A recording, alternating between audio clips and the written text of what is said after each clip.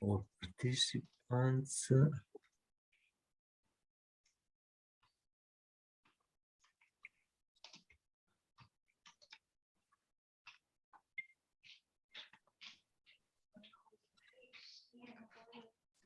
Share sound and optimize for video clip.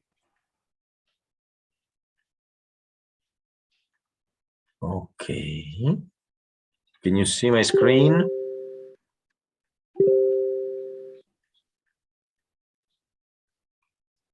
I can name you the names. Oh, wait a moment.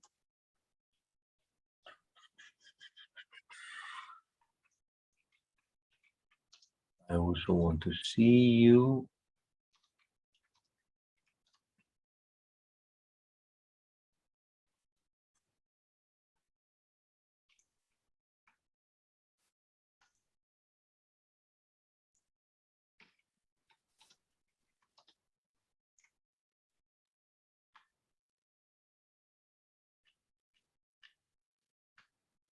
Some of it I cannot. Thank you, Victor.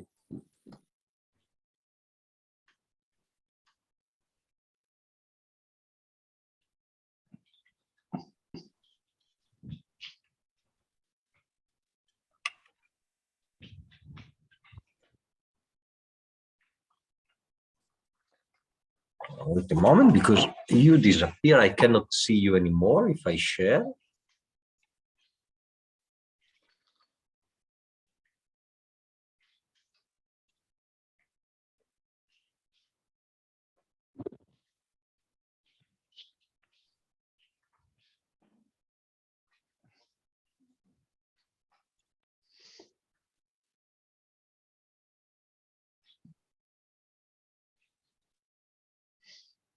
Well, doesn't matter. I don't see you, but just to confirm that you can hear and see properly. Name you the names of the journals, but I mean, there is. Can you hear the video? We see you and we hear the video. Yeah. Okay, good. So we start and we watch the video. I can name you the names of the journals, but I mean, there is some specific journal. Okay, and is there a way to do that outside of the work that you're doing with your supervisor, or is that something that it just has to wait until a year and a half from now when you have more freedom? I think I need to do it now. You need to do it now? I mean, now, Okay. meaning in this 1 year and a half. Okay, so how are you going to do that? I need. I actually don't know yet. There are a number of things. One is continuously working on my supervisor, which I do. And second of all, again, using the same arguments where yes, I'm now mostly studying the topic of the entire program, but I need to focus more on what I am doing. This is the second. My topic. This is the second approach.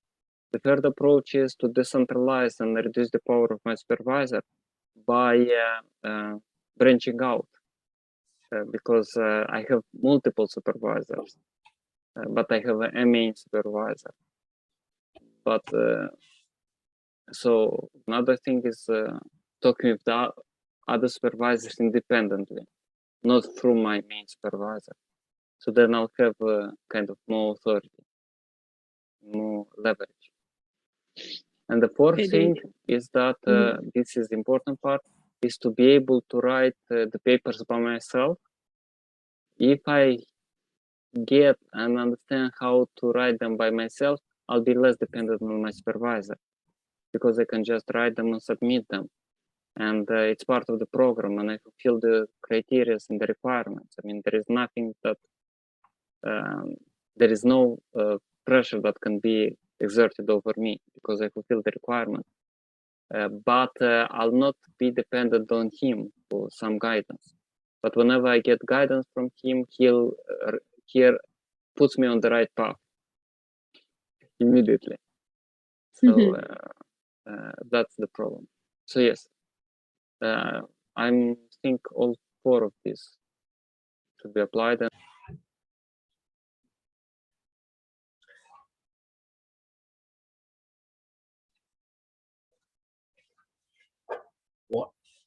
Okay.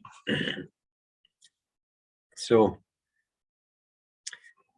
you watch the video, and well, it was obviously it was almost only the subject speaking. But now, first of all, did you remember? Do you remember what was the initial question? What was he supposed to answer? What was the question? Okay, because me neither, for instance. Okay, but let's see. Alex, Yes, she asked, how are you going to do that? yeah. So she posed a very open question, I think. Yes, it's an open question. Okay, well, open question, we expect some, not just one word. We expect a description or a how. So in principle, we expect at least one or two sentences. And that was the idea. So the question is open, it's broad, but then the speech lasted more than 2 minutes. So it is, how can we, well, let's see. First of all, what is the problem? What problems or problem poses this long speech? Yeah, Dennis. Well, the obvious is the one you started with, that you forget what the person said. Okay, yes. So one thing with long speeches, you forget elements. There is a possibility. Well, it's more probable that you forget or you miss something when there are a lot of things compared to when there are few things. So with speech and ideas, it's the same. Yeah, something else? Dennis, you wanted to add something? Or, well, let's see, let's go somewhere else. Victor. I think sometimes the whole speech is incoherent because of so many ideas. You said incoherent? Yes. Okay, so why so many ideas? Why many ideas would lead to incoherency? Well, maybe because there's a long speech. The client is allowed to do a long speech, and usually when there's a long speech, the client tends to bring a lot of examples and ideas, justifications, and not to keep it simple. So I think because of this, it might be incoherent. Okay, well, with the incoherence, yeah, okay, makes sense. Well, the incoherence is that it's more on the, it remains on the feeling, on an impression. If there are many things, then there are different examples, ideas, and there might be a friction. You might notice a friction, but since they are diluted into the rest of ideas, it remains at the level of impression, a possible incoherence, or it's not able to nail on the wall. Okay, something else was Sarah Galit. Galit. It's a bit connected to what Victor just said. When we have a long speech, we're falling into our stories and narrative instead of being connected to what really happened. Okay, we fall in the story and we are not. What you say, we are not connected?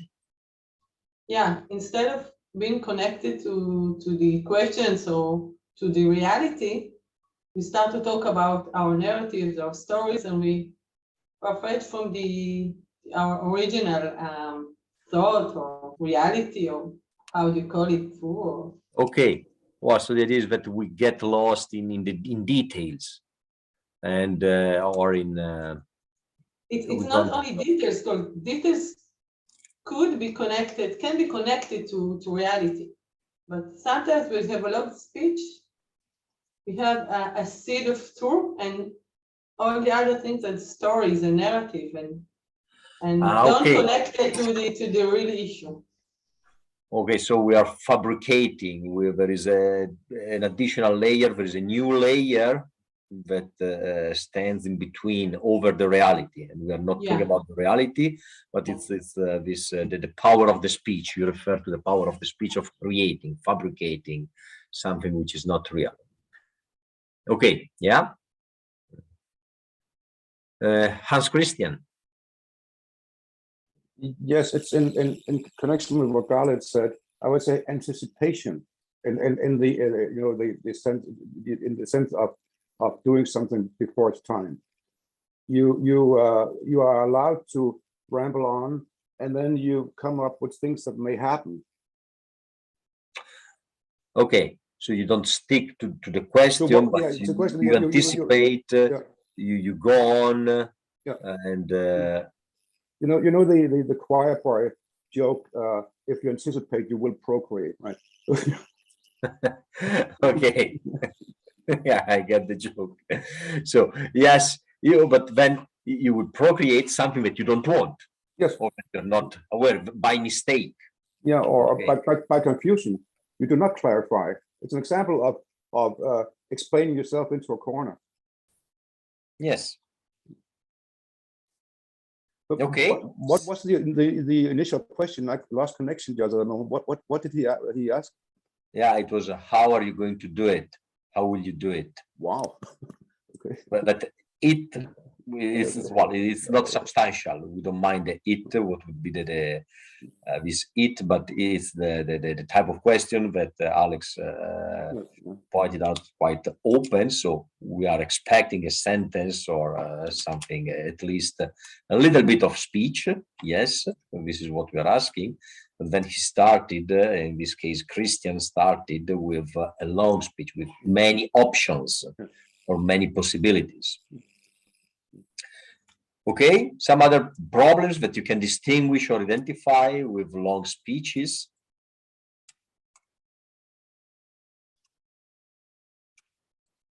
Okay, well, Pierre.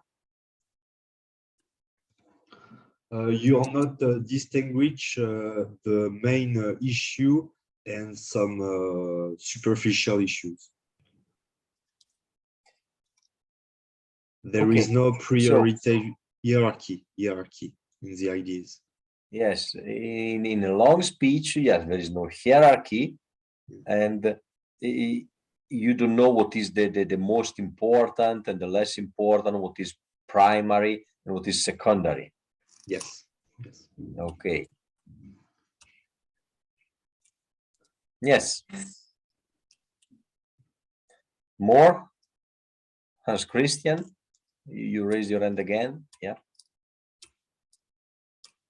Yes, there's a problem for the consultant that you end up in situations where you do not where you miss opportunities. It's a very common thing in our everyday life that we think, oh, I should have said so and so, and now it's too late. And if you let the client ramble on like that, you will get so confused that it's like someone stirred your brain with a sewer.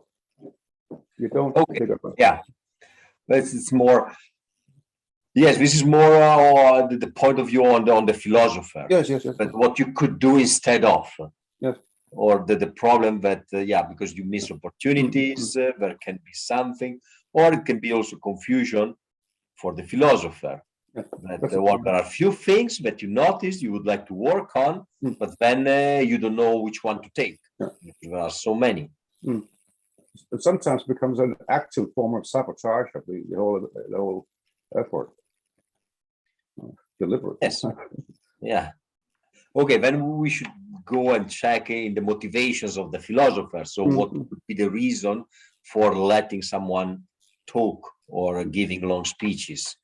Yeah, because when we are not able to stop or we don't want to stop, this is an indicator, a sign of some problem, some belief, some emotion that is going on with the philosopher as well. Okay, But then now we are not there yet. Let's stay with the problems of long speech. Yeah, Sarah. Yes, for the philosopher, after a long speech with many ideas, it's difficult to decide which question to ask. And the subject can think you're being partial and legitimately because you just let him speak and then you just ask a question about a part of his speech. Okay, yeah, the problem is that the confusion that we were mentioning before, it will affect also the philosopher, it will affect you. So as a philosopher, there are many things, many ideas, and maybe there are frictions, possible incoherency, and what we don't know what is the main and what is the secondary idea, and this confusion is going to affect also the philosopher. And then we don't know what to ask. We have maybe many possibilities, but then there are more doubts. Well, maybe this will be the main one, the good one, or the other one. Okay, yes. So now let's see how we can prevent or stop the long speech. Because the question, we are not working only with give me one word. Our question, when we want to clarify or to deepen, when we ask for reason or for a way, when we receive at least, we are open, we expect a little bit of speech. So the idea is, how can we stop the speech? What techniques can we use, tools? Yes, Alex? Well, sometimes for me, when the client goes into a long speech, it's a chance for me to not focus on what he is saying and think about the client. And this has two drawbacks, because he can accuse me of not paying attention to the content if I don't manage to find a question that hooks him into the process of the dialogue. So then, but that is because it's your choice, that you don't focus, you don't follow the content. Yes, that's why I'm saying it's risky, because it's like a chance to think about the previous thing he said or about his attitude. So it's like a pause. He's not aware that you're not paying attention to his content because he's in his mode of droning on. But if you are... Yes, okay. But then we want to stop this automatism. Yeah, if we pay attention and we ask a question based on what we were paying attention to, then he just goes on and we don't get out of this loop. Okay, so give me an example. What would be this question that doesn't help, for instance? Oh, I didn't understand. What would be the question? Because you said that if you pay attention to something else that is not the content of his speech, what would be the question? Such a question. I don't know right now. Maybe you can say, did you notice you're talking a lot? You're giving many examples. Did you notice you're not focusing in on a particular idea? Okay, so in this case, let's stay with, let's refer to the concrete case that we have here. You see that he was giving several possibilities, options on how to deal with it. So this one question could be, because you gave 3 or 4. You can ask him to choose one solution. Okay, so to choose one solution, and so you would ask, okay, can you choose one way? This would be your option. Yeah. Okay. See, yeah, this can be an option actually. When you are given several possibilities, then you ask, okay, among this possibility, can you choose one? Then you go with that one. You don't have to wait until the 5th one. You can stop at the 3rd, for instance. And this would be already a long speech, because at least you have to wait if you want to ask, well, can you choose one? Okay, but that's a possibility. Something else? Dennis. No, Jessica, sorry, because you didn't speak yet. Jessica. I would stop the client in the moment he said the second option is I will stop and said, okay, let's clarify the first idea before moving to the second one. And I would also point out that at the first place, he said that he don't know. I don't know really. And then immediately he started to elaborate whatever it comes to his mind. So I will notice that. So you don't know, but you don't hesitate to say whatever it comes to your Okay, mouth. so you so you can catch this kind of weird thing, contradiction, that Yeah. you don't know something, but then you have several answers. Yeah. So how come that you say you don't know if you have many? How come you say I don't have anything, but then you have plenty of things, not even one anymore. And you don't even stop for a second to try to reflect. It was just immediately to go for. Okay, so actually you propose two things, two ways. One is to wait until the end of the first option, of the first possibility, and when he starts with the second, you say, hey, let's stop for a moment, let's analyze the first possibility, and then you stay with the first one. Okay, this is whatever could be the first one, doesn't matter, it was the first one that was provided, so you work with what is there. But then you said there is another possibility. You said it's okay, but you notice immediately this weird thing. I don't have anything, but then, okay, I can give you first option. And when someone says, well, the first option or the first possibility is, then you already know that a second and the third will come. Yeah. Question, Alex? Yes? Yes, in this case, I think he might be overwhelmed with the amount of possible solutions and he cannot choose one. So usually people have too many ideas and don't enact on any of them. Usually maybe think that they will miss out on the best solution. So they never get around to starting any of them. That's why they don't know. They have so much that they don't know. Yeah, well, yes. Okay. So taking the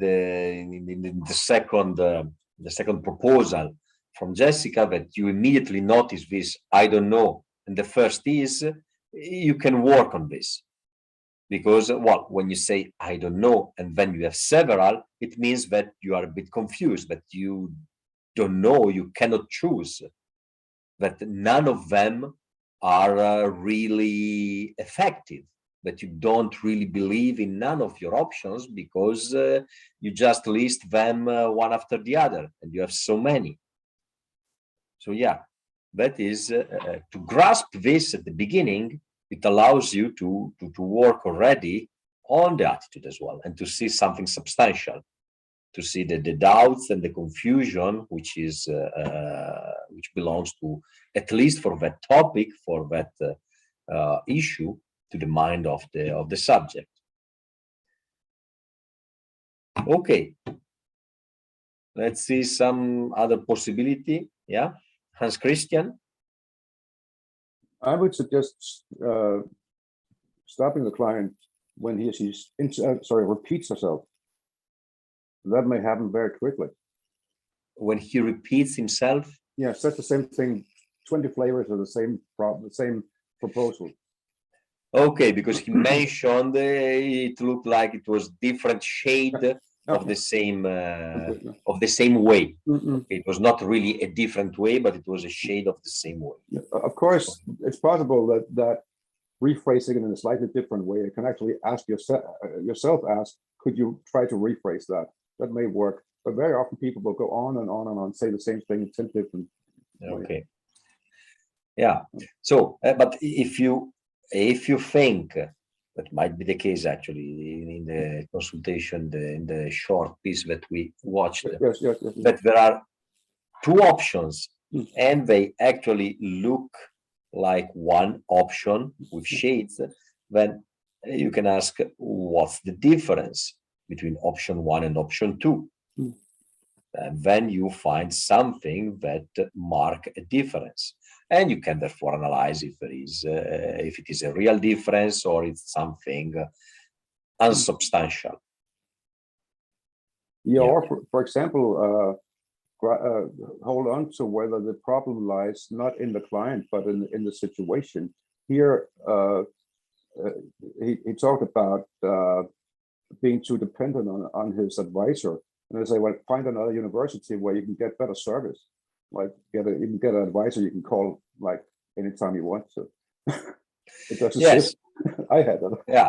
But, yeah, of course. Yeah, then we would need a little bit more content Yes. in order to see if there is an easy way out, something material in the situation, or no. But then if we take that approach, we are in the content. We follow the speech of the subject, which is possible. We don't say that we never do it, but in order to give a little bit of concreteness and substance, we can also mind a little bit the content. But then, yeah, here it's not the matter, the issue, the content. The issue is the attitude, is the long speech to reduce a little bit.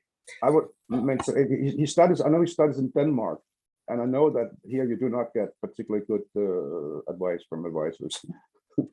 Well, yeah, but then okay, then you can bring your own knowledge on the subject, on the content of the speech. They Because look at university it. programs, tutoring, and advisors, how they work, different university. Yeah, that's something that you can use. But pay attention. The risk of using your own knowledge about the content is to be trapped, captured by the content.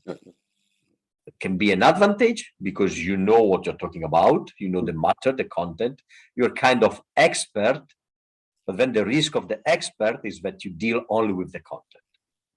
And you tend to deal with the content, to stay on the content, and you miss out, that's the risk, you miss out to work on the subject itself, on the personality, on the thinking. Okay, let's see some other ideas. If you have something else in mind that you can use, because here we also want to create a tool bag for this issue, long speech.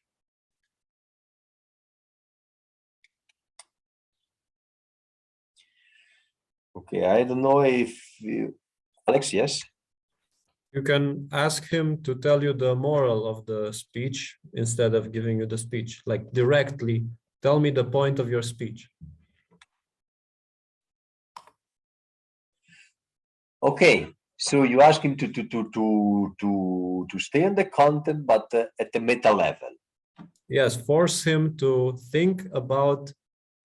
So he started telling us a story after he said, I don't know.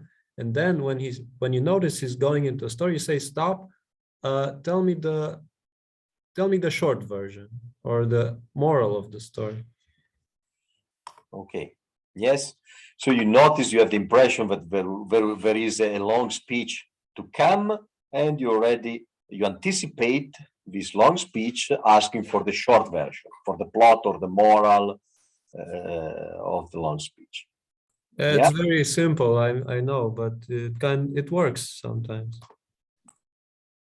Yes, it does. It works. It's all of these are tools, are ways to stop or to prevent from long speeches. And the problem that we mentioned before, the several problems that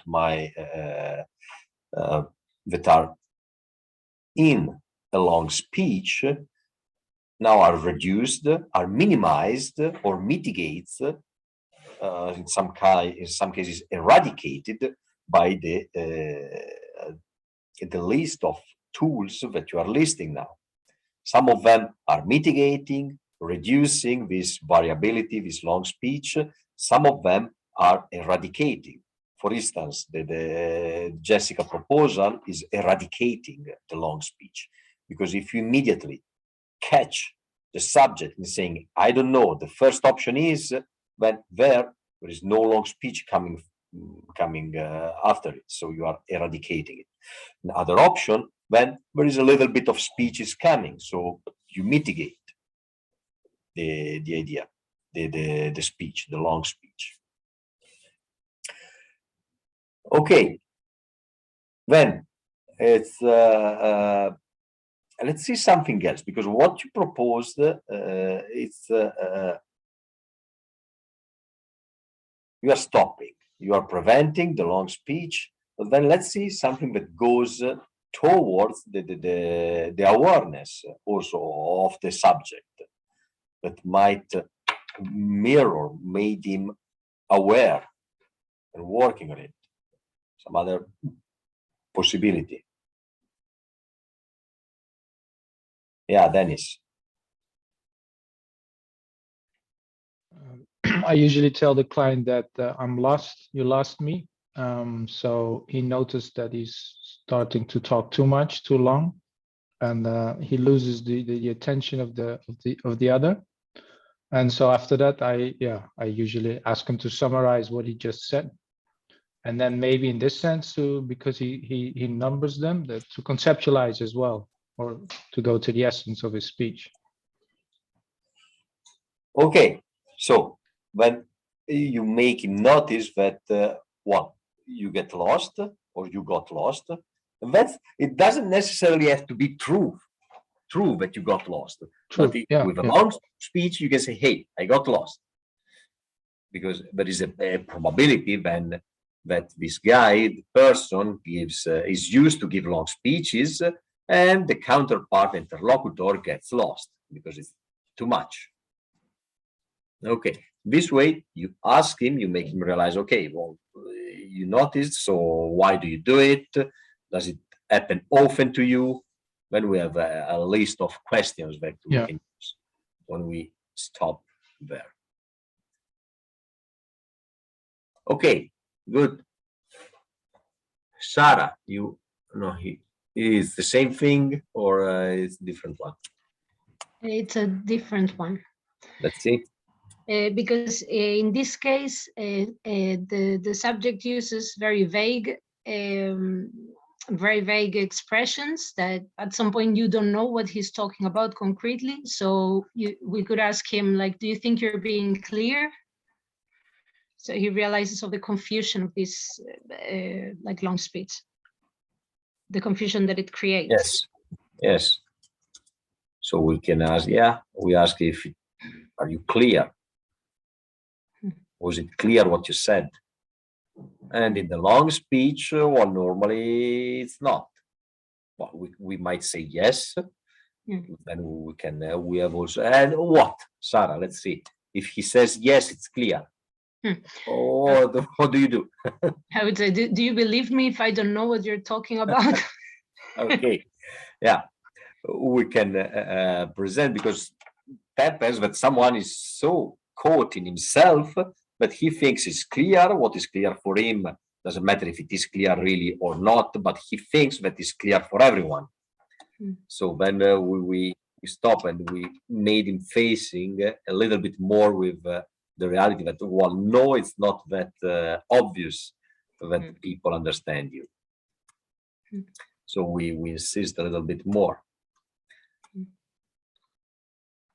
Okay, then, yeah, Victor. Yes, I have an idea that let's say that it will be okay for the first time to let the client speak, to give a long speech, and you might anticipate if this is going to happen, and then ask him the question, is it going to be a long speech?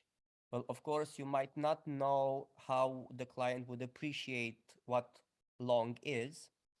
And after the speech is done, you might ask, well, was it a long speech or not? And then maybe you can problematize a bit if the client tends to do that, like give long speeches or tell you Okay, but backstories then, or something. wait a moment. So the idea would be to let the person speak. And when would you ask, is it going to be a long speech? When you can, if it's possible, when you can anticipate that it's going to be a long speech. Sometimes you have this intuition that, okay, this client is going to have a long speech. It Okay, happens. well, but in this case, we have, let's think about Jessica, what she said at the beginning, what she noticed.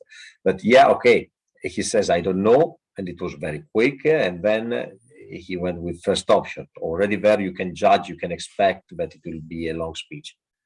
So you would ask it there. Yeah. So, Yes. okay.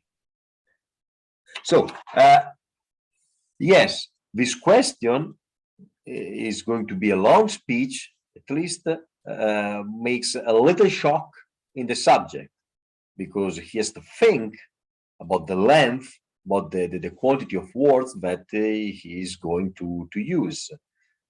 Because normally long speeches, or people used to give long speeches, they do not know, they don't realize, they are not aware that they are going to use a number, a relevant amount of words. So already this question, well, just tell me if it is a long speech or a short speech. Well, will be will resonate in them, will make a bell ringing on this.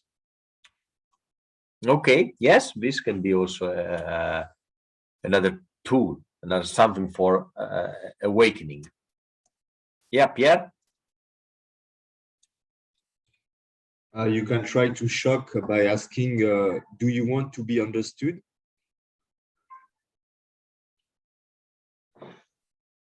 Okay, but this one, but when? At the beginning, immediately, at the end, in the middle? Yes, at the end, but it's probably he answered, yes, I want to be understood, so it's not a good one. Yes. He would answer, yes, I want to be understood. Well, or you can ask more with others. So okay. Let's see why you want to do this. What would be your goal? Yeah. Because he's confused. So by asking that, we can ask him if he see that the others can't understand all the speech. He doesn't care about the other because he speaks too much and we don't understand. Okay. So you wanted to make him react on the fact that, yes, I want to be understood, but then there should be a second question. Well, normally people understand better long speeches or short speeches. Yes. But that should be, okay, you make him react or reflect on this friction, on this, that he wants to be understood, but then he gives too long speeches for it. His Hans Christian was talking about self-sabotage. This would be a self-sabotage for the subject. He wants to be understood, he wants to clarify, but by adding or rephrasing, he is creating confusion instead of clarity. Yes. Yeah. Okay. Now, yes, Sarah. I was thinking about a strategy that Oscar uses a lot with humor that I like. When someone starts speaking a lot, he says, like, I don't want to hear the story of your life, right? Just choose an option, right? There's no several reasons, several options, just focus on one. Yeah. Yes, I'm not here to hear the story of your life. I get easily bored with life stories. Or I'm not a psychologist, he says. I'm not or psychoanalyst, because it's even more emblematic with psychoanalysis, the long stories. Alex, yes? The way Oscar stops you and has all these tricks, it almost seems unfair. You feel as a subject, you feel it's unfair that he can focus in on something so specific and stop you from expressing yourself and force you to answer. But that's the whole trick. You kind of need to be unfair as a philosopher if you want to keep the conversation, keep the dialogue on track. So Yeah. be unfair. Yes, this feeling of unfair, be mistreated. The subject feels a little bit mistreated. Hey, how come you're not polite if you don't listen to me? This politeness, it's something that, yes, it's quite absent at first, at least. Well, actually, you remind me of it's a memory. I was this little. It's about politeness. Something that happened to me some years ago. I was giving a workshop. It was the first time that I was giving a workshop with this with a group of people, and I invited a friend of mine, because we were supposed to meet at a certain moment. Then, okay, why don't you join the workshop, and so on. Then I started to moderate, and after 10 minutes, the friend stepped in, stopped the workshop, and she justified with the group, and she said, "Hey, well, normally he's a gentle guy. He's kind. That's the first time I don't recognize him, but normally he's polite person." And that was it was the first time that she saw me in this facilitator, as a philosopher, and I was stopping people, asking people to repeat, or maybe showing contradictions. And that's also that we were talking with Oscar about the double life. Yes, in normal life, when I'm not split, when I'm not a philosopher, I'm gentle, I'm kind, I let people talk, I like to talk myself. So that is my split in my dual life. If it was the question to me, why do you do it? Why do you allow people and your friends to speak? My answer would be because I like to express myself. Since I like to express myself, I allow others to express themselves, so we can express ourselves to each other, and we are happy. That's my sin, let's say. Okay, now that you know my sin, let's go back to our job. That is, yes, to identify tricks. And then, as Oscar does, well, I'm not here to listen to your loves, to the story of your life. It looks a little bit rude, because it's this that creates, because normally we know that we express ourselves and we allow people to do the same. To prevent someone from doing it, it's a little bit harsh. Hey, you're not playing with the rules of society.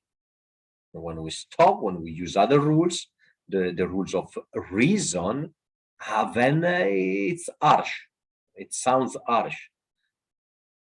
But then we transvaluate, we go beyond, and it's also Oscar. So now tell me, who really listen to you, me or your friends?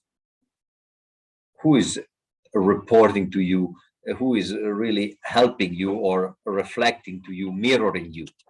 And that's well, after a short conversation with Oscar, we have to admit that well, he listens to us more carefully, more attentively than our friends, than another person.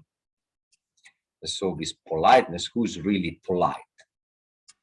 Someone who let you say your bullshit all the time, or someone who forces you, invites you to tell the truth, to be concise, conceptualize, to think instead of expressing?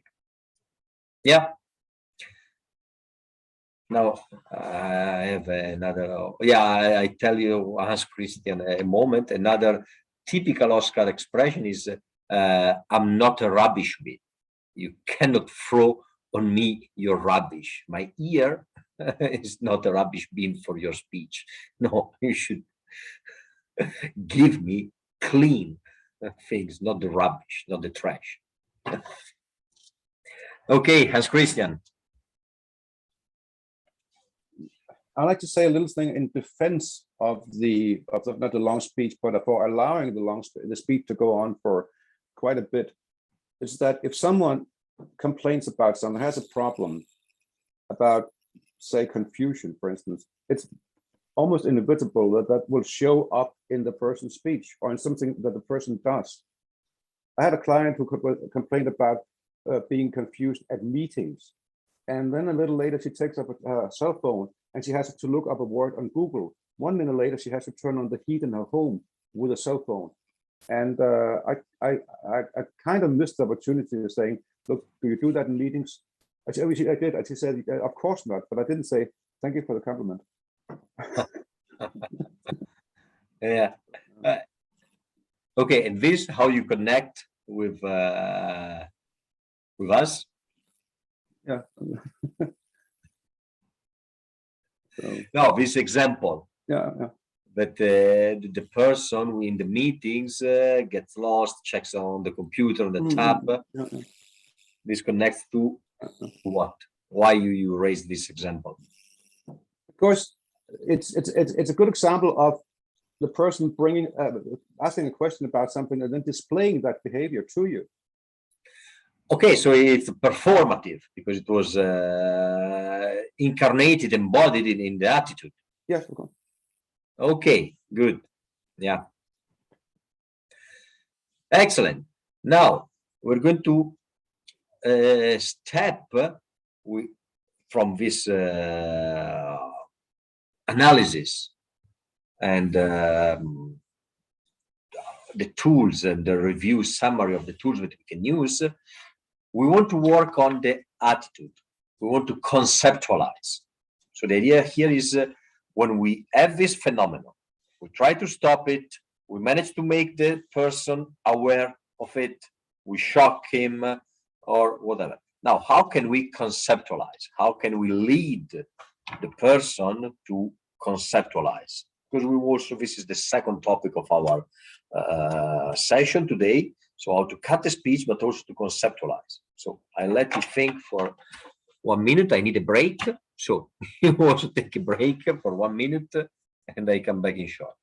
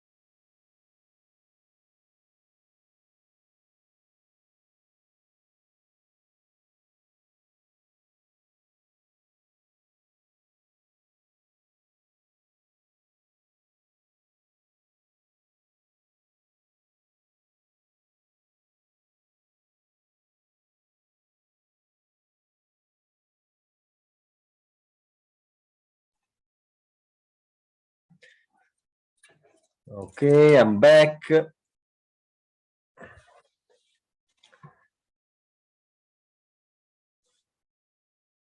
So I see that, okay, it was the opportunity to have a bit of a break. So, but now we start again. Okay, there was a, yes, Dennis, you raised your hand. Yes, you can ask for reasons. Give me one or two or three. Give me three reasons to why people have long speech. Okay, so this would be about reasons, but you investigate the cause. What would be the cause of the long speech? Yes. Okay, and then you will get the reason, so the motivation why, what need the long speech fulfills. Yes. Yes. Okay, yeah. Something else? Sarah? You could ask him, how would you call someone that says, I don't know, and immediately after gives several reasons or several options?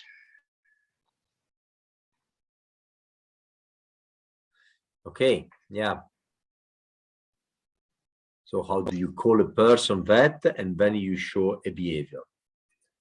And it can be this one, or can be also other behavior that you noticed, that it was visible.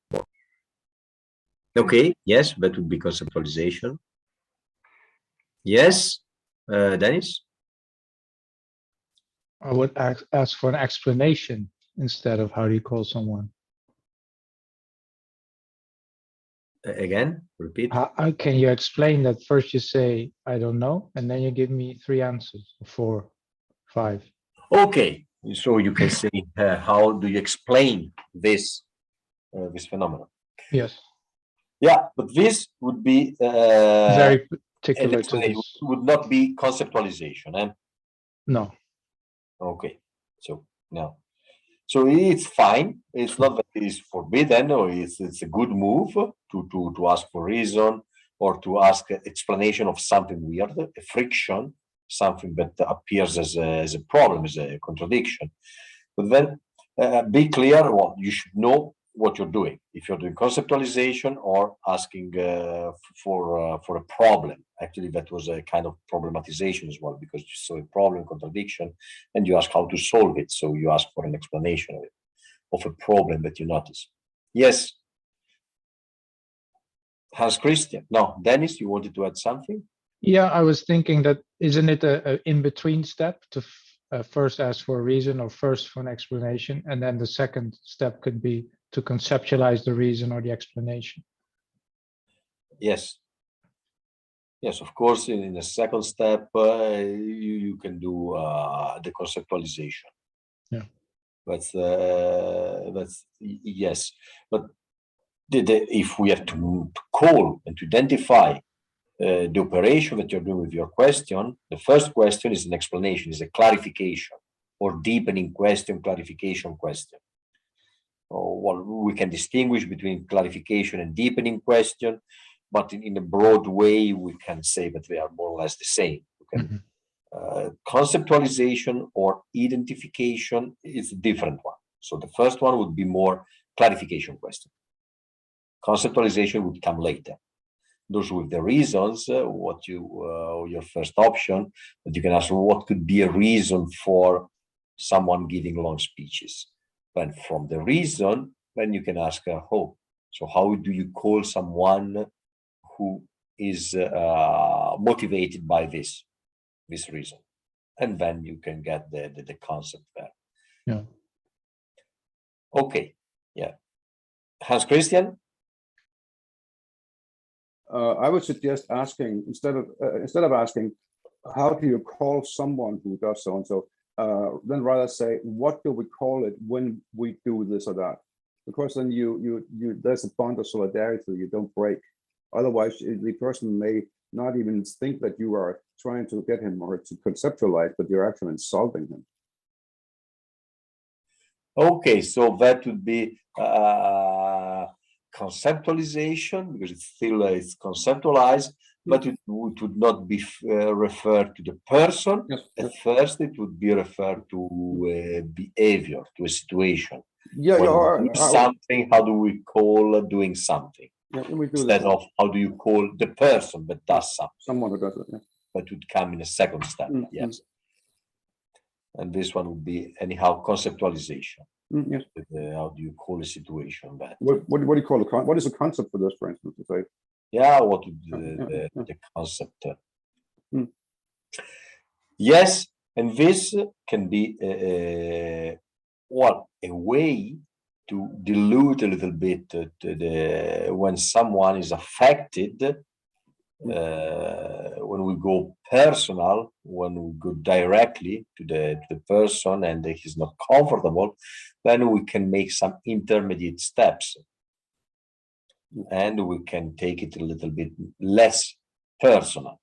And then go to the person in 1 or 2 steps.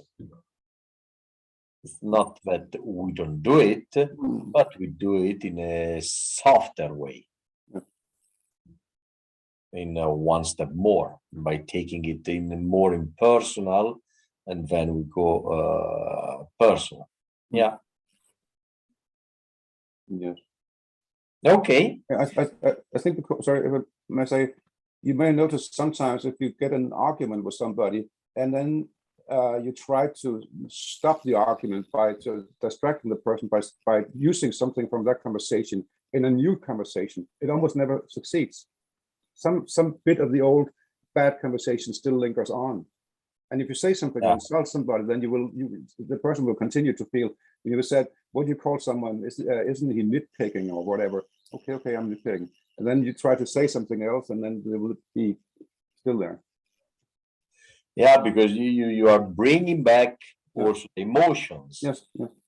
With a piece of the speech, you take back the wall emotional friction that was before.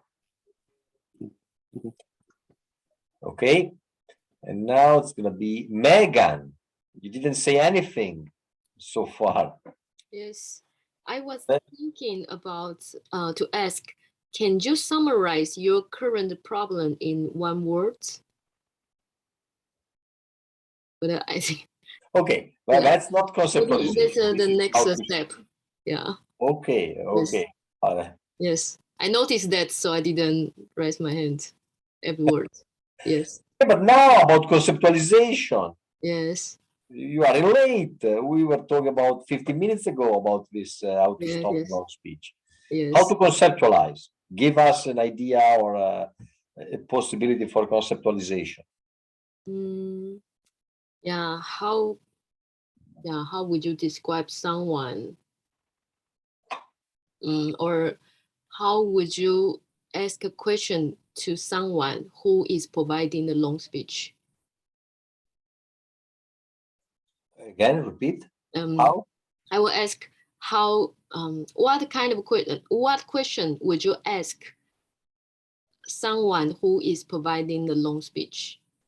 So, what question would you ask to someone giving the long speech? Yes, giving long speech, and the long speech provider will start to think. Okay, but then you would be given a question, not a concept. Oh yeah, no, yes, you're right. Yes. Okay. Yes. So that might be a good idea, but not for conceptualization. Yes. So yes. you want yes. that could be, what would be the effect of your question? Then he will go to another direction. He will not go to the conceptualization direction. Yeah, it's not conceptualization direction, but this question, what you asked, when it is a good tool, a good move. Then he will say, I will stop the person.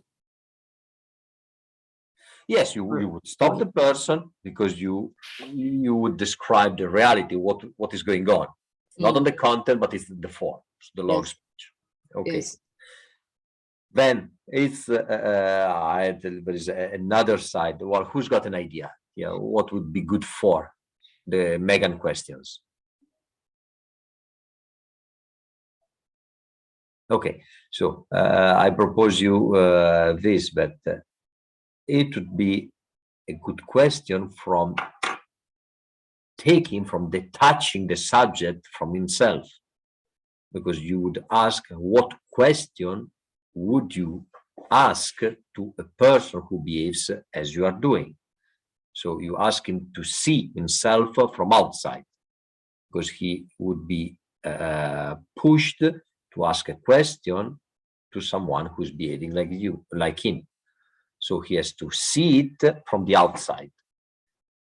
So in that moment, he will also diminish, reduce the effect, the emotion. He will be aware of it. So he will detach from himself. Yeah, well, this is clear, because maybe I have the impression that now I lost you, but okay, good. You tell me if you're lost. Okay, good.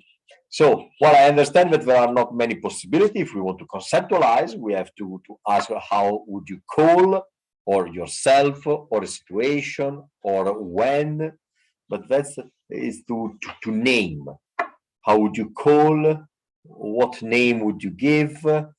Can you give what would be the keyword if you have to say a keyword, or what's the concept?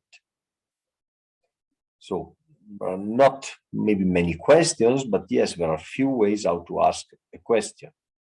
Can you name? Can you identify? When we want to identify, to name, these are different words or different ways to ask for a conceptualization. And then we should anchor our request to a behavior, to something visible that was happening. So a long speech is something visible. And then we ask, or this contradiction between I don't know, and then a long first option, second option, this is something visible. So that is, we have to anchor, to ask, to conceptualize on something that is visible. Okay, then if he doesn't know the subject, we should be ready, we should be able to provide some possibility, some option. So that's why it's important to be able to conceptualize ourselves. So how would you call? Let's try to do it. How would you call someone who gives long speeches?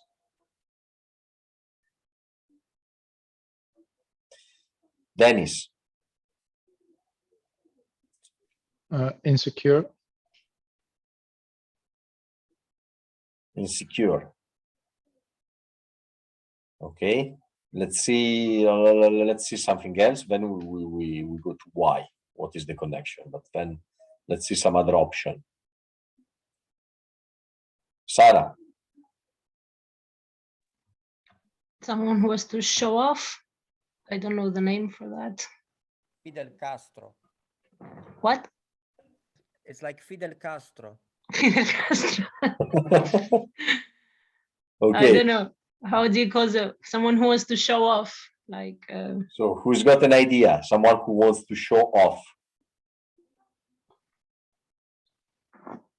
Yeah, pick one. Alex. A sophist. Sophist, yes. Have you got a more common word, more popular? Protagonist. Okay, to be the protagonist, because he wants to take the place. Hero.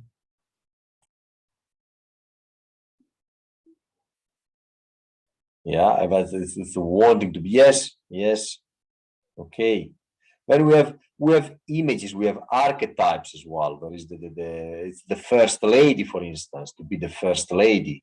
It's the first, the main among others. Okay, let's see something else. Long speeches, insecurity, showing off. Another, yes, Victor. I think someone who wants to be in control. Okay, a controller. No, someone who wants to be a controller. Would you call it controller or something else?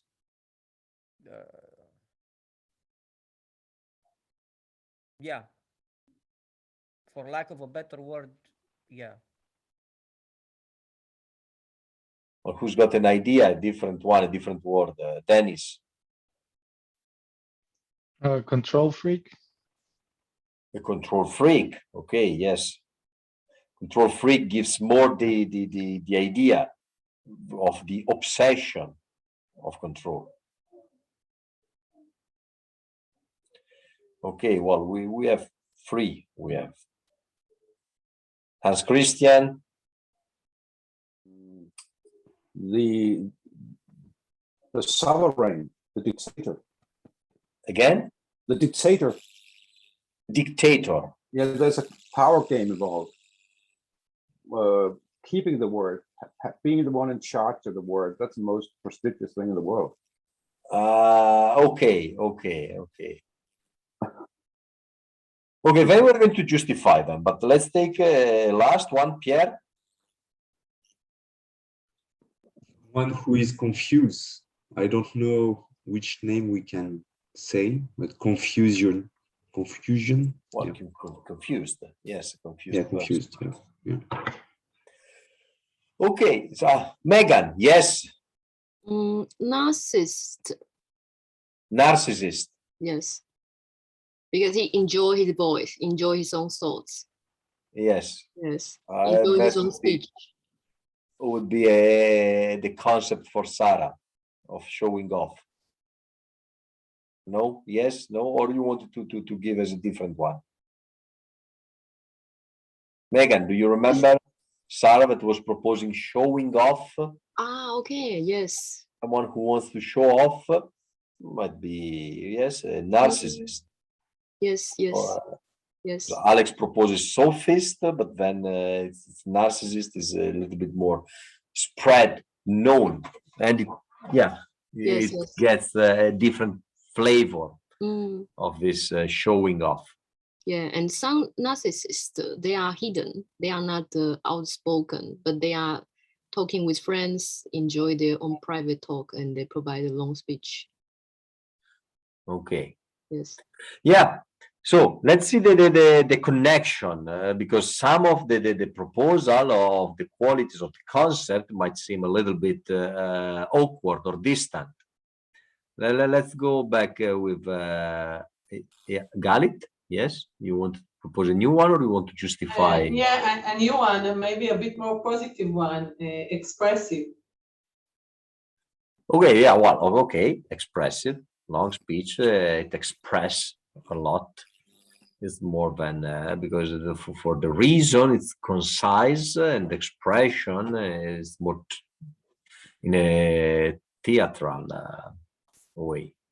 It's less judgmental. So some concepts are judging I like description and more judgment. And expressive sounds more descriptive than judging the Yes. person. Okay. Yeah.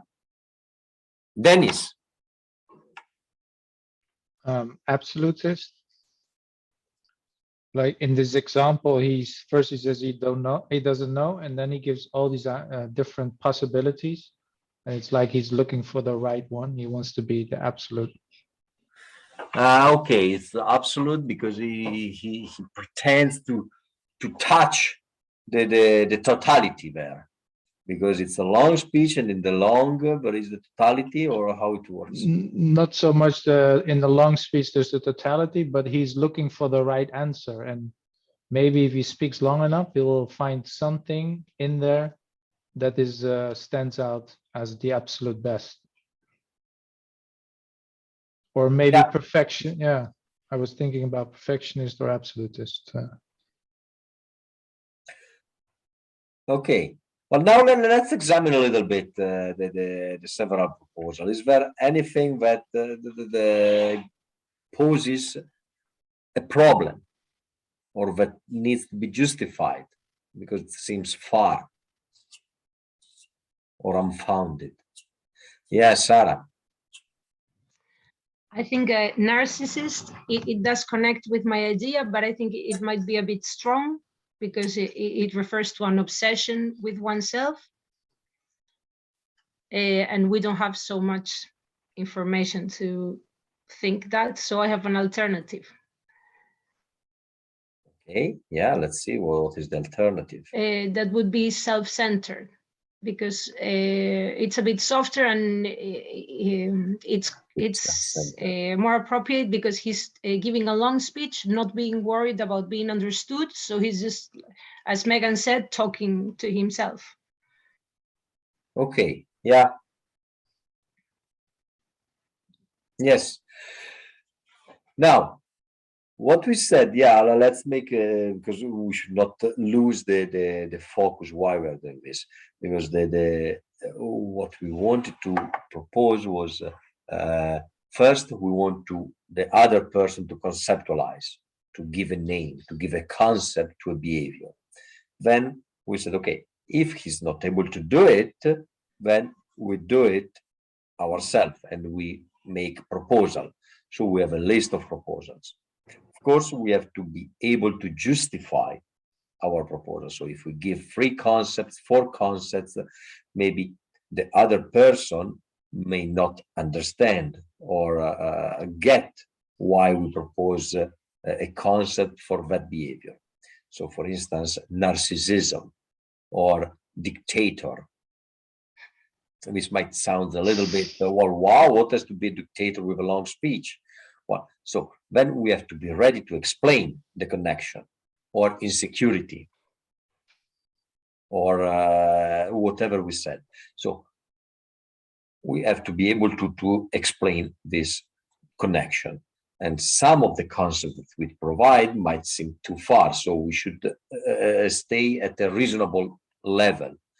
So if we notice something else, we can use, when we propose concepts, we can use what we know from the theory in abstract, long speeches, what we said, but we can use also something that we notice in the subject that might be connected with long speeches. And this is something that we can use in formulating our concept. And then probably there will be a light, a spark will happen in the mind of the subject. In that moment, it will be the moment in which we ask, okay, so why did you choose this concept and not another one? How can you, do you see how it connects with our conversation? Do you see how in your life you are a narcissist, for instance, or insecure, or a sophist?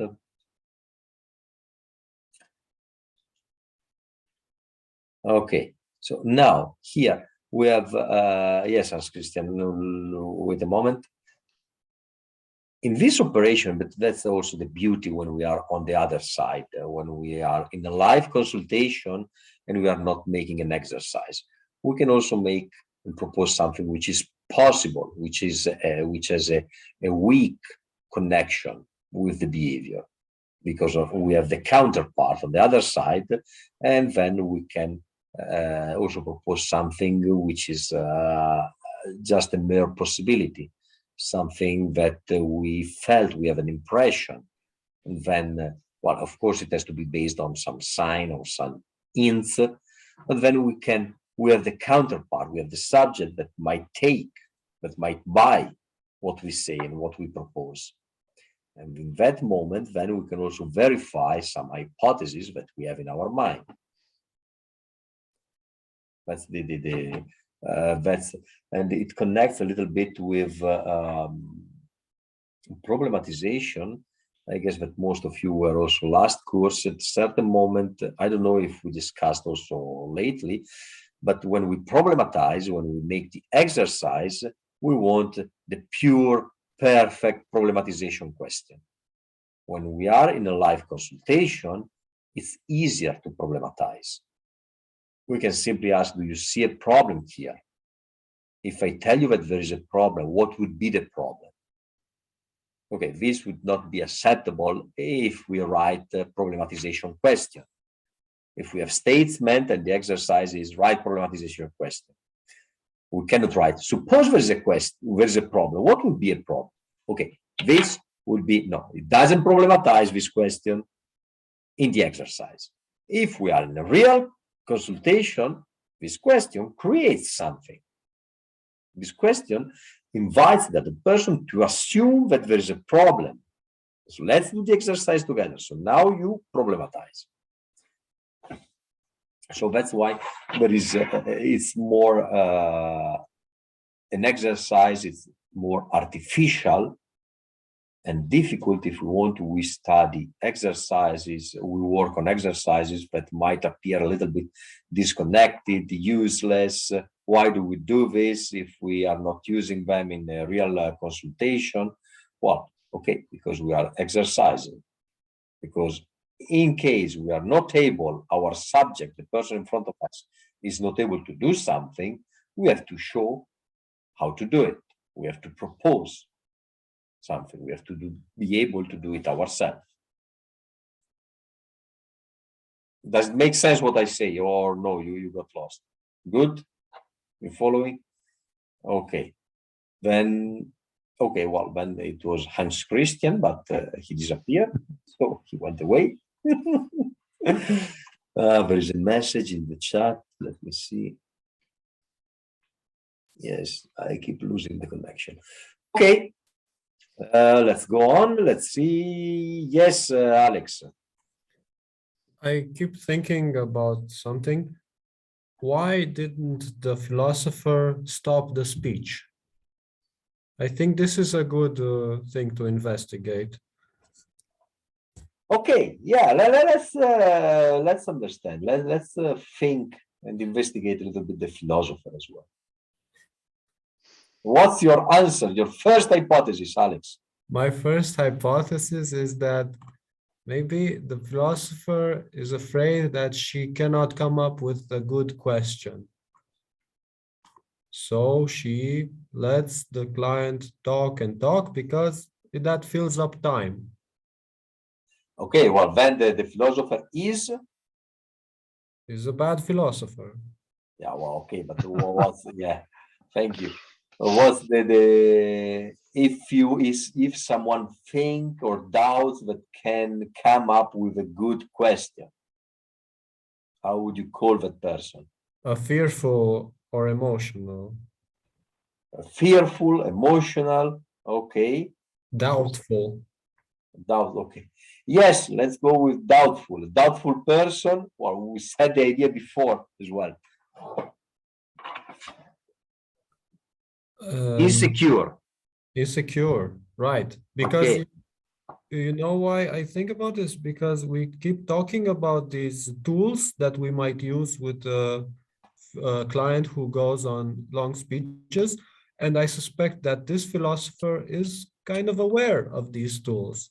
So still, we might be talking about the tools and not know how to use them. So maybe the state it's not that you don't know how to use them. You know how to use them, but you don't do it. Yeah. Why you don't do it? It's not because you don't know how to use, but because you don't want. You don't want. Yeah. Because if you stop someone from a long speech, and then what else should I do? Then you don't know how to do after it. Okay. Because this is the problem that you raised. You stop the long speech, but then you don't know what to ask afterwards. Yeah. Okay. And now that I don't have the long speech, but I managed to cut the speech, what is for? Yeah. Well, okay. Then you prefer, because you don't know what to ask, okay, let's let the subject speak. Okay. So then the problem is because, well, well, insecurity, it might be one aspect. But then if you don't know what to ask, how come? What's the problem if you don't know what to ask?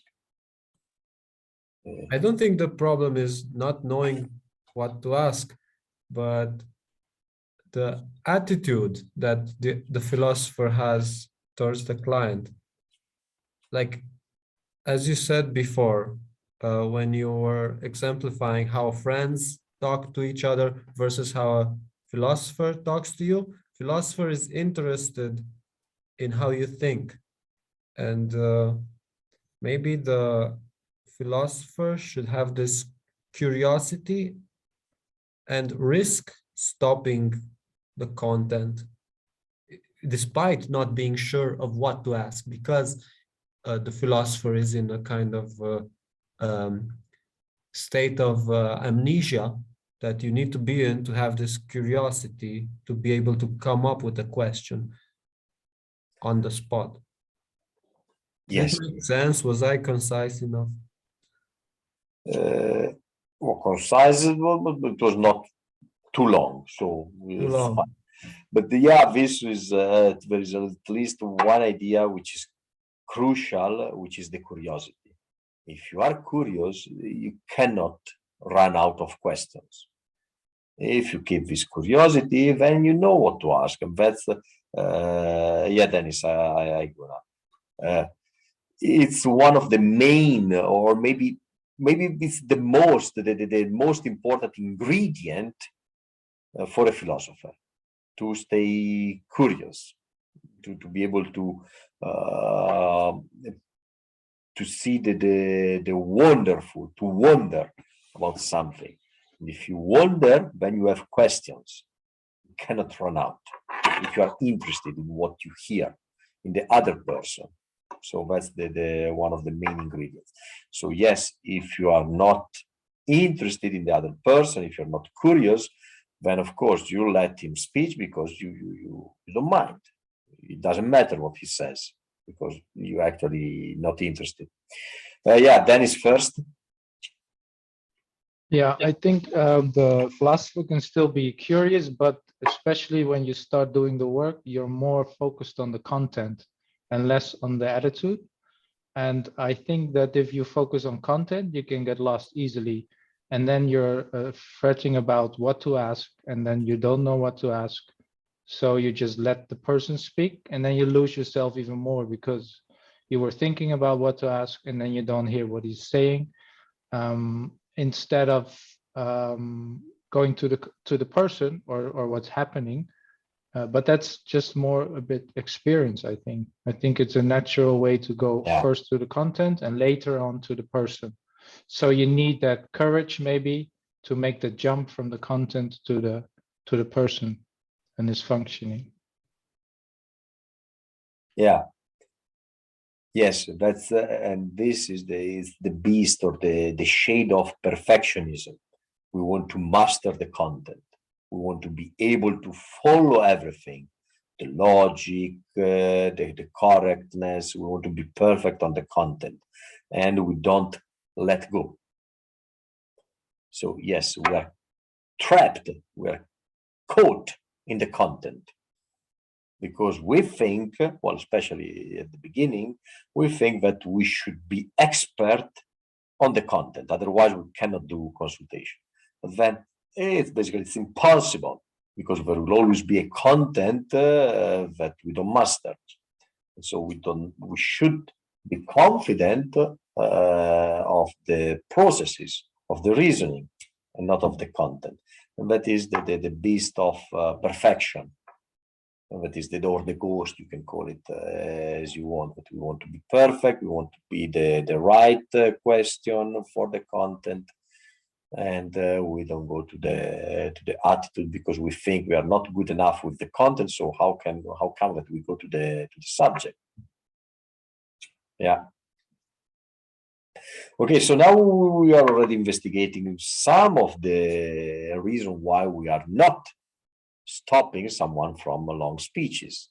We are insecure, we are not curious, we are perfectionists, so we want to deal with everything that is said.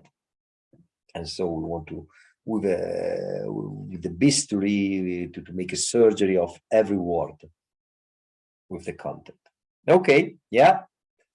Something else that stops that he's an hindrance for the philosopher. Megan. Maybe she's too junior and she got lost. Well,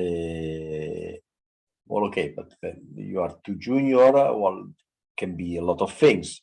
So what would be the thing? Because being junior, maybe it's insecurity. Or what else? What would be this being junior, not enough experienced? If you're not enough experienced, then what feature, what quality of you would stop you from stopping long speeches? A little Mhm. naive, maybe. I keep losing connection. Do you have the same problem? What? Yeah, no, Hans Christian, we skip to investigate how Yeah, but- come that the philosopher doesn't stop, Yeah. doesn't prevent the subject from long speeches. But I keep falling in and out. Yeah, I see. Okay, but now this is what we're doing. We're trying to analyzing a little bit to find the reason for on the philosopher's side. Good. Okay, so now Megan, she's junior, not experienced enough. Okay, but if you're not experienced enough, well, there might be many issues. You might have a problem, but not another one. So, She's too naive. She just accepts. okay, naive, you said. Yes. Yes, Yes. naive. If you are naive, okay, explain this a little bit. Yeah. Then if it's very junior philosopher, then we'll accept all the contents from the client Okay. and the believe on the client. Because you believe you are naive. Okay, you believe the client, so you think that what he says, it has to be true, you have to accept, and you don't have this distance from the betrayal. You are not able to recognize tricks, betrayals, or Yes. okay. Yes. In the previous So what module, would, to stop being naive. Okay, yeah. What did you say? in the previous module, one of the resistance from the client is providing long speech. So the client is a resistance. But maybe the philosopher doesn't recognize that.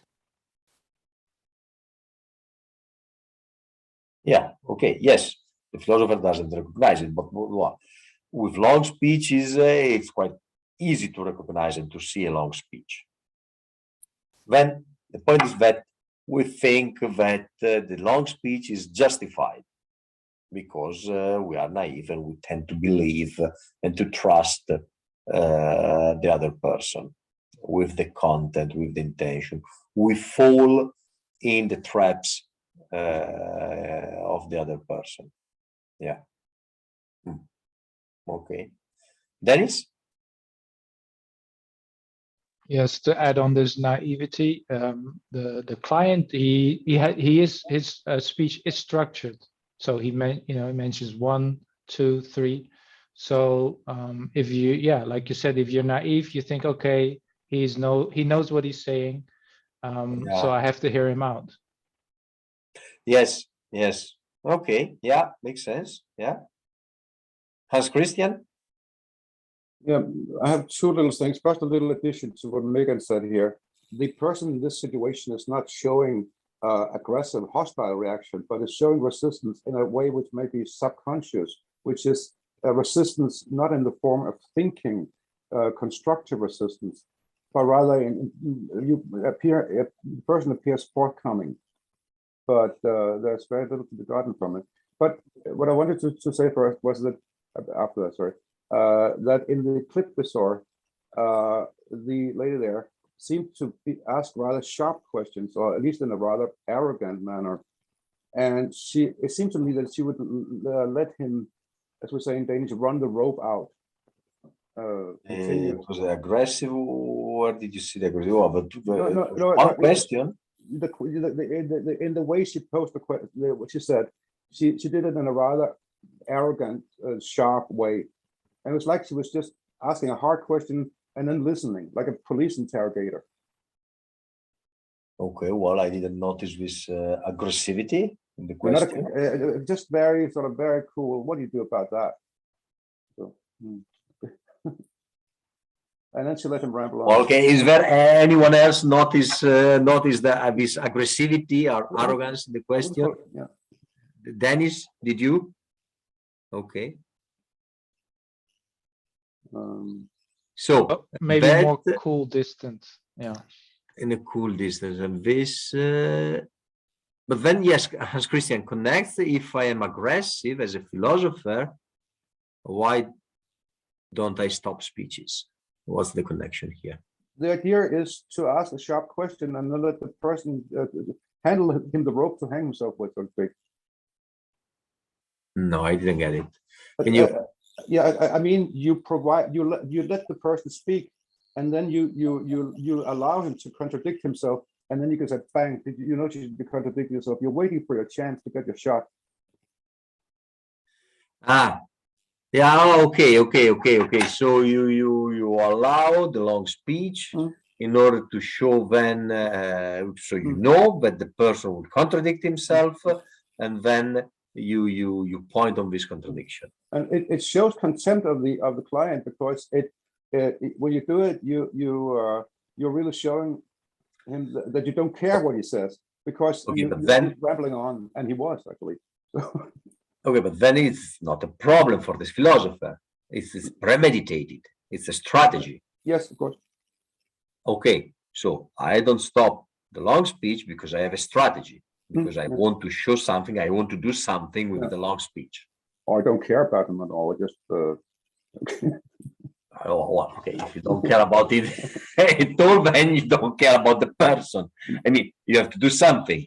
Either you use it as a strategy, or, which I think it's a little bit difficult, because then if you have to, because the end, after the long speech, the strategy of the philosopher would be to nail something. Yes. And that should be visible for the subject as well.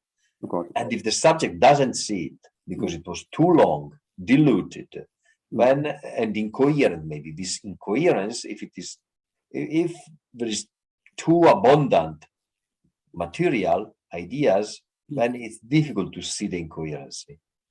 Yes. And then you have to rebuild the speech again. Yes.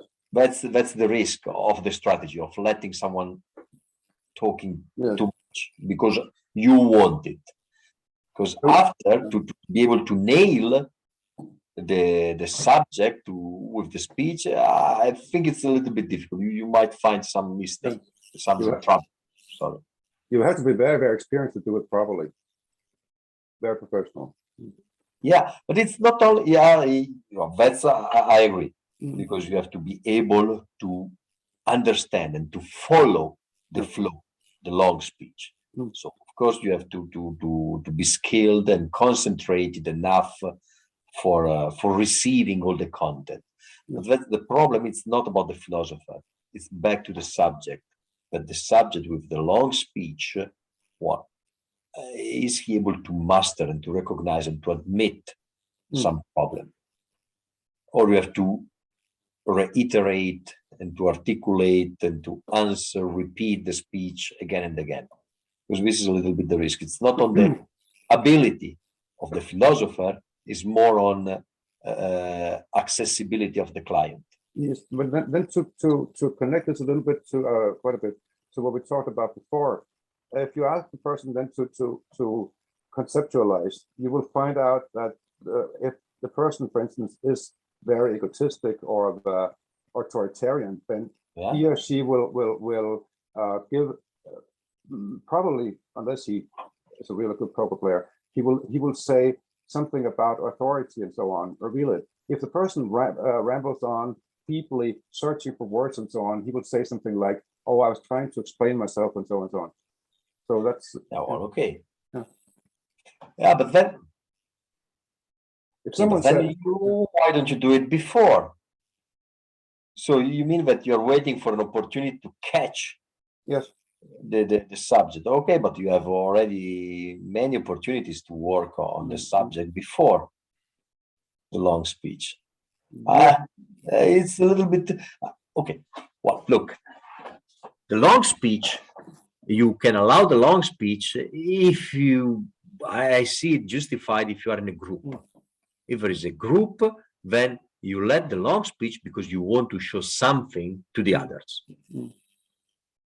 And so you allow the long speech, and because now you're working not exactly for the subject, but because you want the others, the rest of the group, to see something, to see the confusion, to see the difficulty in ordering ideas. So you work more for the others and not for yourself, and not for the subject in that moment. Otherwise, you can stop and find angles and find opportunities to work with the subject, also with stopping the speech.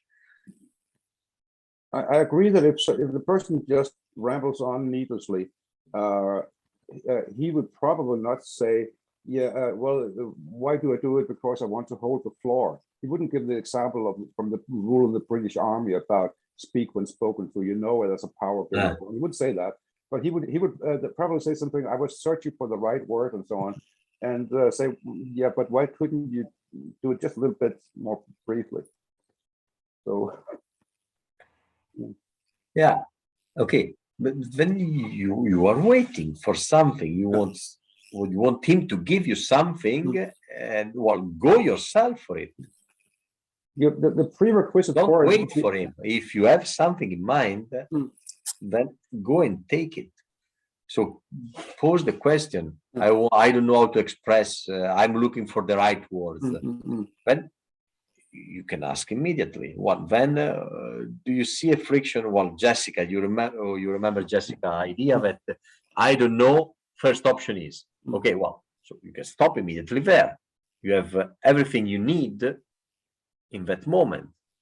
The prerequisite for what I suggested to succeed would be that the person is saying pretty much nothing. So you can let him go on for like 2 minutes or so, and then say, why do you belabor the point like that? And then he or she will probably say something, I was trying to explain myself and so on. And you say, do you recognize a pattern there? Do you usually do that? Okay. Do you have a difficulty? Then it's a wait. So you wait. Yeah. Okay. Well, let me check with the group. Who sees the benefit here of waiting for the long speech to be given? Raise your hand. Who can explain it different towards this benefit that Hans Christian is mentioning? No. You don't have many follows, many fellows, Hans Christian. I was just doing it not for like 10 minutes, but just a little bit to get a feel for the speech pattern of the person. Okay, but then you got the speech pattern also after option 2 in the example that we saw, and he gave 5, I think, if I remember. Okay. So you got the pattern. Oh, well, actually, you could see the pattern immediately before option 1, just with mentioning option 1. I think that the lady before in the clip actually did some of what I suggested, that she listened to him, and so that she was waiting for an opportunity to tell him that, do you realize that you're just going on saying the same things over and over again? You're not getting anywhere. You're fumbling for your words. Well, okay, then you have to show with some question. You need 2-3 questions in order to do it. Well, are you doing it again, giving me a series of options that are going nowhere? So, okay, then it's coming from, there is a past, there is something, a repetitive pattern that you notice, that this person tends to give a list of options. Yeah. Okay.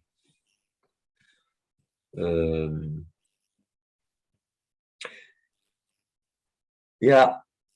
No, I would say that what you're waiting for at the end of a long speech is something that you can do before. But very often the person will interrupt you continuously, trying to get on with a long speech. I propose you the opposite idea. That if you allow long speech once or twice, then it will be more the case that this person tends to do it again and again. Sure. But what I meant is that then you would have the chance that, look, talk, and I'm not stopping you. When do you stop? Are you going to continue like this forever and ever? You interrupt me right from the beginning. Now you just, when you got the floor, you keep it, right? Nice. Okay, so you allow it in order to show, to make it, to make the subject hear his own words. Yeah, and yes, and so it's to say, you kept interrupting me. It was so important to you to say something. Now you got the chance. Couldn't you just be a little bit more creative? This would be you or the subject answers? No, that would be my answer. My reply to the client. Okay, because you let the different options, and then no option was creative enough. They were repeating themselves. Okay. Yeah, but again, yes, you wait and you want the subject to see that he's not original, that he repeats the same. Well, do it immediately when you see something that is the same. Okay. It's this strategy of waiting. No, I don't see it. Well, maybe you don't want to do it. You get stuck. Sometimes it happens. I'm not stopping people because I am stuck with myself, and then I catch up later. It happens to me as well. I have I made a few sessions, I can tell you, but sometimes it arrives to me that I let people talking. And every time there is never happens to me that after the session I say, okay, yes, it was a good idea to let the person speak. No, every time I regret. Well, also this time it would be bad. It was better to stop him, and I didn't do it. So only when I am convinced, and I still think that it was a good move to allow a long speech, it was in a group session. Sometimes, rarely, I say just few times in order to make it visible to others.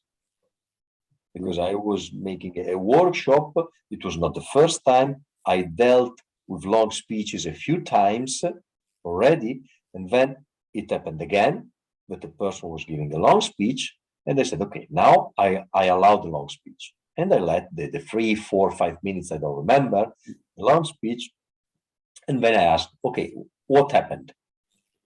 What can you see here? And then the people could recognize and understand the effect of the problem of a long speech. Yeah, that was the idea. Actually, when you say this, I agree. When I look back on my last session, latest session, when I let the person speak for far too long, and I even got caught up in allowing myself to ramble on together with her, talk about little things. Suddenly she interrupted talking about the weather. And why did I do that? Why did I talk about the You see? Yeah. Because you get lost, the philosopher gets lost, the subject as well. We are caught in the content, in the long speech. There is a problem if we allow the long speech intentionally. It's not really intentional, it's that we have some problem. The very worst problem of it was that when I finally got my game together again, and she asked a new question, I said, yes, please. Then she started to explain about it, and I interrupted her as she was actually explaining very, very well. And I said, well, enough about this. What about you? What do you think, of course? And she couldn't. She said, well, it was my. She said it's because I'm emotional and so on and so on. Okay, sure. No, but then Hans Christian, then what happened if you catch yourself in allowing long speeches that you should not? Then you want to compensate. And you cut the proper speech. You ask for reason and you say, okay, that's too long. No, what? Then you want to compensate because you feel guilty. Okay. Let's see what something else about. Well, let's see if someone has an apology of long speeches. No. Okay, so conclusion so far when we can stop a long speech when we know how to do it. It's better to do it because we can work and we have enough material even with pieces, with short sentences. If we don't do it, then we know all the risks that we mentioned, and well, at least we know the tricks. Then sometimes, yes, it's true, but it's because we have a problem in stopping the speech. We are stuck with ourselves if we don't do it. It's and then I would say it's a bad faith if we justify ourselves. Why? Because it was my strategy. I wanted a long speech. No, because you didn't know, something happened to you, you didn't know how to stop it, you didn't want, you didn't feel like to speak with that person. It's easier, the long speech. So, yeah. Okay, let's take some few comments more, if someone wants to say something about the topic, about the session, about the process, whatever.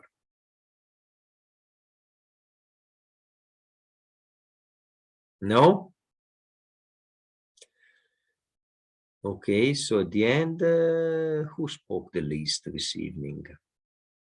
Let me see. We have a few candidates, might be Megan, Galit, Jessica, maybe. I don't know. Who spoke the most? Well, Hans Christian, maybe, or yeah, you. At the end, at least, yes. The first part, maybe not. Okay, good. So, my dear friends, it's 5 minutes to 9. We close here if you don't want to add anything. Okay. So, see you next time. Enjoy the rest of the evening. Thank you. Or Thank have a you. nice Bye sleep. bye. Ciao. Bye-bye. Bye bye. Ciao, ciao. Bye bye. Bye. Hi, Have a good- good session.